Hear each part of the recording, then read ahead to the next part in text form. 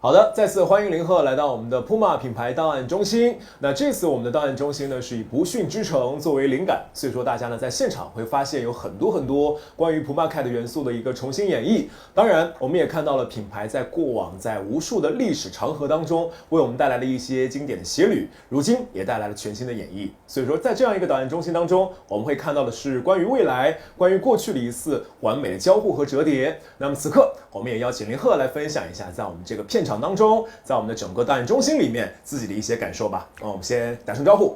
Hello， 我是张林鹤，很高兴在这儿见到大家。好的，欢迎我们的林鹤。怎么样？今天逛完我们的整个品牌档案中心，感觉如何？第一感觉就是很酷，因为我在档案中心里面看到了很多咱们品牌的 logo， 而且是不同时代、不同类型、不同时期的一些 logo。一个好的品牌一定是它有自己的底蕴，它每一个 logo、每一个时代都有一个产品本身自己的力量在，所以说它会持续发展到现在。而且在当下也会深受现在年轻人的喜欢。所以说，其实这份个性和与生俱来的魅力是来自于我们非常厚重的Puma的历史。没错。所以说，大家如果有机会前往我们的这个品牌档案中心，你就会发现有很多我们经典的鞋款，包括在现在有一些不一样的演绎。是，包括今天其实林鹤上脚这双 Rocket， 很舒服。是，而且它这个底我特别喜欢，它很薄，而且会有那种像。抓地很好，而且有前后那种滚动的感觉。是的，就像踩在一个帆船上面的感觉一样。没错，所以其实大家呢，在我们的这个档案中心当中，会看到很多诸如此类的一些全新的演绎。那与此同时呢，在这个里面还会有很多的体验空间，大家可以去打卡拍照。那林鹤自己有没有印象特别深刻的哪一个区域？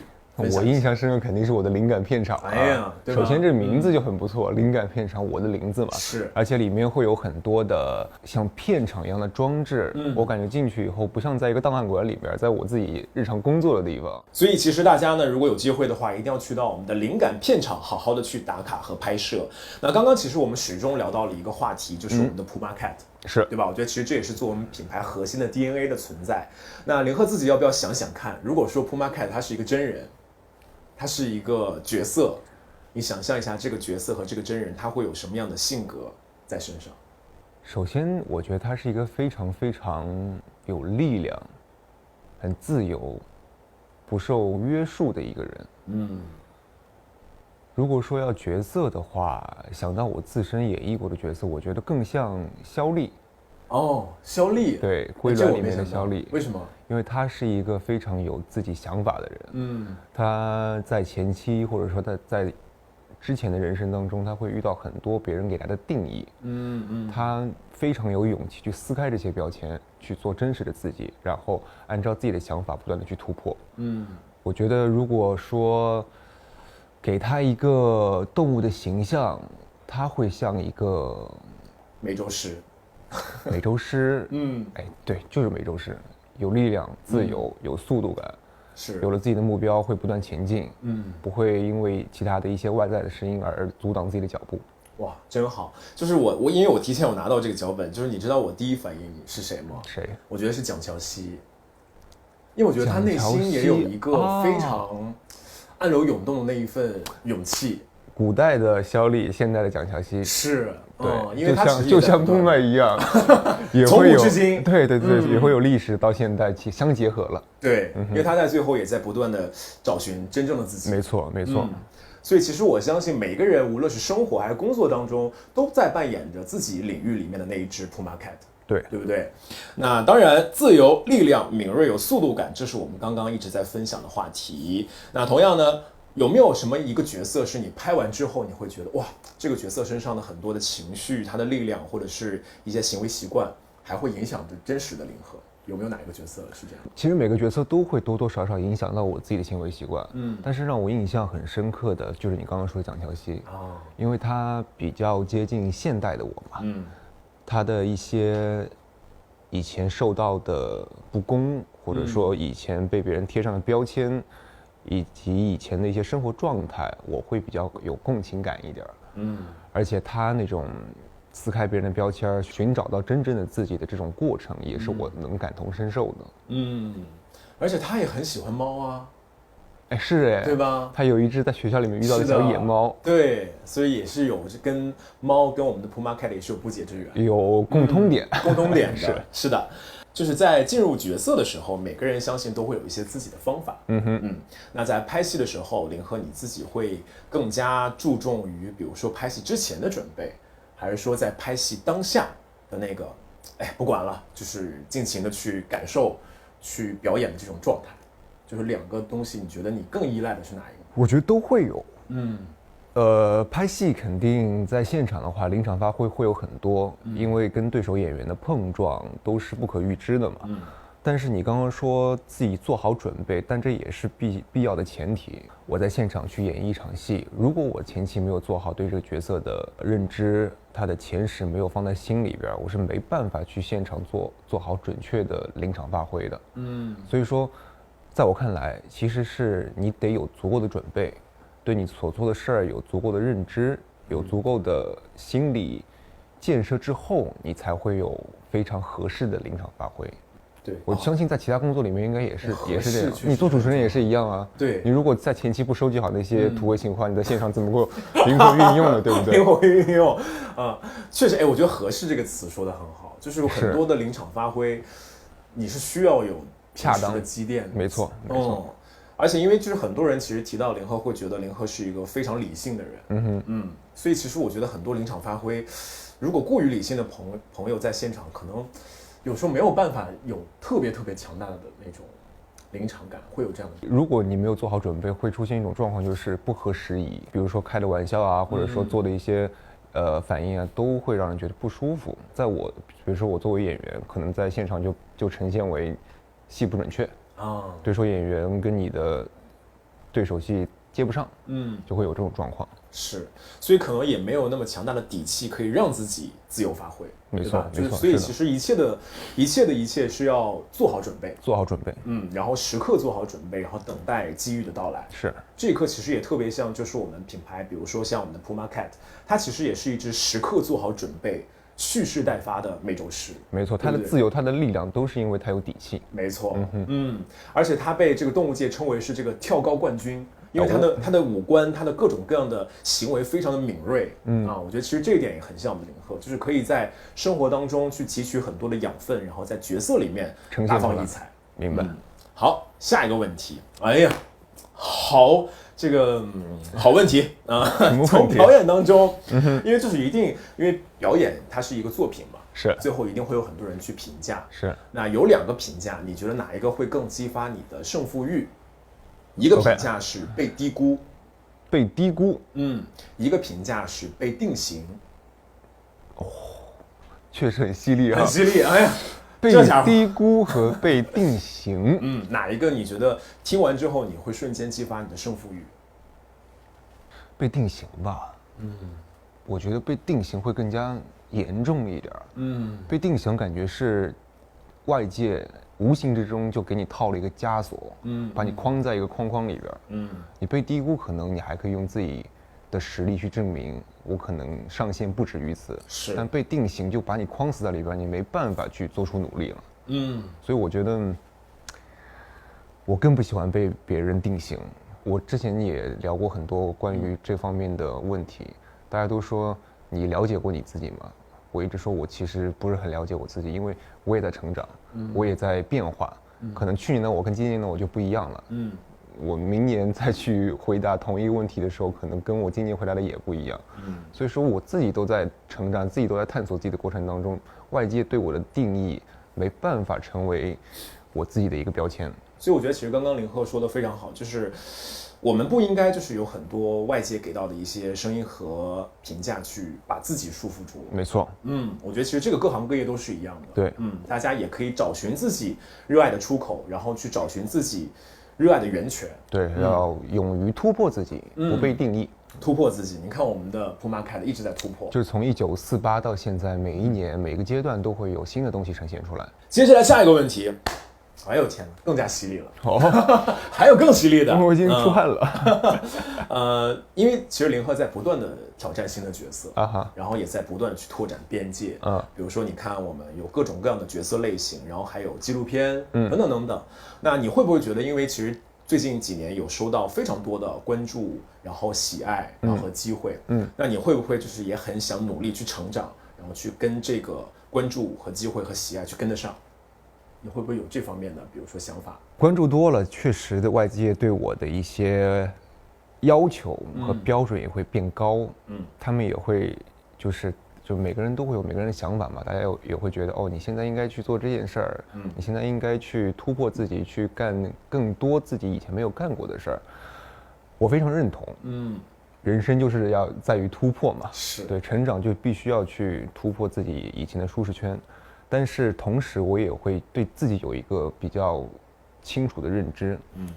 我有些事儿没做好准备的，我不会去做。这种突破一定是要基于我对于自己的下一步有足够的自信，或者说足够的准备之后，我才会去做的。难怪今天就是在我们林鹤的这个超宽的肩膀上看到了左边是责任，右边是担当。哎呦我的妈呀！你这两句话说出来，做了不少准备吧？所以很多人会对林鹤还有另外一个评价，就是觉得你很稳。很稳当。所以这个稳字，你觉得你是用什么样的方式去做到的？因为一定会有很多想法、奇思妙想会在自己的脑海当中，但是你要把它稳住，其实还是挺难的。跟我个性有关吧，就是像刚刚说的，如果自己没有，也不能说十足的把握，自己没有7、8成的把握，就不会去做。好像他以前完全没有接触过的事儿。对，我还是在自己的可接受范围之内去踏出下一步。还是要有一点非常重要，就是你速度可以快，但是一定得有自己的节奏，一定要有自己的节奏，不能被别人的节奏所带着走。那既然说到了节奏，因为在当下，我相信每个人的心理状态是不一样的，就是一直在变化。那我这边其实准备了一些我们不同的每周诗的形态。有蓄力，有胜利，专注，冷静，还有跳跃。这个其实是代表了不同的状态啊。所以林鹤，你觉得当下此时此刻？你觉得你目前的状态，你更接近于哪一个？我自己的状态是的，冷静和蓄力吧。冷静和蓄力吧。了解。冷静其实就是刚刚的上一个问题。遇到了很多的关注，也会有很多不同的声音到我的耳朵里来。其实我得去分辨一些好的与坏的，对自己有益的和对自己无益的东西。保持时刻的冷静，认清自己，然后想好下一步该怎么做。蓄力，就是凡事都要做好准备，不能够去做一些自己力所不能及的事儿。这样你才能够去在稳稳的踏出下一步的同时突破自己。太好了，所以我觉得这也是为什么大家会发现我们在每一部作品当中都能够看到林鹤在不断的成长，也在不断的去探索和突破当然我们也期待未来林鹤带给我们更多好不好？好的角色 OK、谢谢。好的，期待。那接下来我们就玩一点轻松的吧，好不好？好，这个我们请工作人员上一下道具，因为我之前有看到，其实有一些在这个比如说像追剧团的活动啊，或者是一些首映的时候，我们有这个拼豆。我们以前就也不能说我年轻那会儿，我小时候那会儿，大家都是玩那个十字绣啊，是绣过吗？我没有绣过，但我妈绣过。你没绣过吗？我没有啊。我们家那儿中间客厅现在摆的还是那个。那你小时候玩什么呀？小时候你不会织毛衣吧？叠星星有叠过吗？叠过啊，你看看，叠给谁了你？我一般都是收星星的那个人吧。没有了啊，来吧，试试看。OK。今天呢，不光是要有这个拼豆环节，我这边还有一些这个快问快答，好不好？我一边拼你一边。对呀。好。来，即使已经知道答案了，你还会亲自去验证一下？当然。回看自己演过的戏，会忍不住挑问题，是还是不是？会，每次都会。如果这个角色和自己反差越大，你就越想挑战。这不一定，这不是，还是要适合，是的，对吧？适合和喜欢。会拿自己的照片当手机的壁纸？那个肯定不会啊。遇到没有尝试过的运动，会想要上手？会。旅行的时候会临时改变原定的路线？不会。选鞋的时候会优先看它够不够轻，能不能上脚感更加灵活？当然。相比厚重的脚感，会更加喜欢薄底鞋贴近地面的感觉。 Of course。现在你会发现，就是薄底鞋，然后呢低帮鞋，你就更百搭，舒服然后更舒服，真的是不一样的。穿 Puma 的鞋出门的时候，会下意识的找身上其他的单品和它搭成一套，必须全身铺满。挑鞋的时候，如果好看的设计和舒服的脚感只能选一个，我选择相结合。相结合，那确实咱们 Puma 都能够兼顾。当然，别人觉得这个衣服不适合你，但是你反而会更想试试。别人怎么觉得无所谓，看我自己觉得合不合适。运动的时候会给自己规定一个必须完成的数字。哎呦，会有小目标哦。知识会今天就到这边，一定要达到这个部分。没错。那我这边的快问快答已经全部问完了，我看看你那边偏怎么样。哇，我手有点抖，说实话，不知道为啥。这个其实真的还挺难的，就是需要你沉下来一直在做这个东西。没错，这好难，但是我觉得很治愈这个过程，就是可以让自己专注到里边。没错，稍后林鹤呢这个休息的时候，对吧？然后你可以慢慢的把它拼齐。那我拼完了送给你。这样吧，我虽然很想要，但是今天我们品牌刚刚说了有个小彩蛋，送给大家。我们要把它藏到我们的那个普马的品牌档案中心，就是放到那个灵感片场里面。OK。然后大家去的时候，你可以在我们整个的那个片场里面去找它。行，就看大家能不能找到。做个标记哈，就是这儿缺了2个，就是我拼的。缺了2个，大家可以去灵感空间去找一找，它到底藏在哪儿。由屏幕前的各位小和他们补齐。OK。要不要给它起个名字？就是如果你要给这只 Puma Cat 起一只名字，你会起什么名字？刚刚挑了2个状态嘛，是蓄力还有冷静。那不就叫它蓄力猫，冷静蓄力猫，冷静蓄力猫。行，来吧，定了。就这么定了啊！大家记得去到我们的灵感片场里面找寻这只冷静蓄力猫。OK， 还挺朗朗上口的。可以。好的，那我们的这个手作也完成了。当然呢，今天其实我相信还有很多朋友们对于我们的这个 Puma 的品牌档案中心也非常感兴趣。其实除了我们的灵感片场之外呢，还有一个 Puma Girl 的区域，在那边很多女生也可以找寻到很多穿搭的灵感和不一样的这种解答方案，大家都可以去拍照，特别的出片。那最后要不要邀请一下屏幕前的各位，有我们的林鹤的粉丝朋友们，也有我们的 Puma 的粉丝朋友们，来呼吁一下大家，可以多多来到我们的 Puma 的品牌档案中心，好好逛逛。没错，大家如果平时周末啊，或者平时有时间，可以去看一下咱们的 Puma 品牌档案馆，寻找一下我藏在空间里面的这只冷静蓄力猫。对，然后也可以参观一下咱们品牌档案馆里面不同时代的 Puma logo。它都是展现了咱们 Puma 的品牌底蕴，而且每个时代都有每个时代的特点。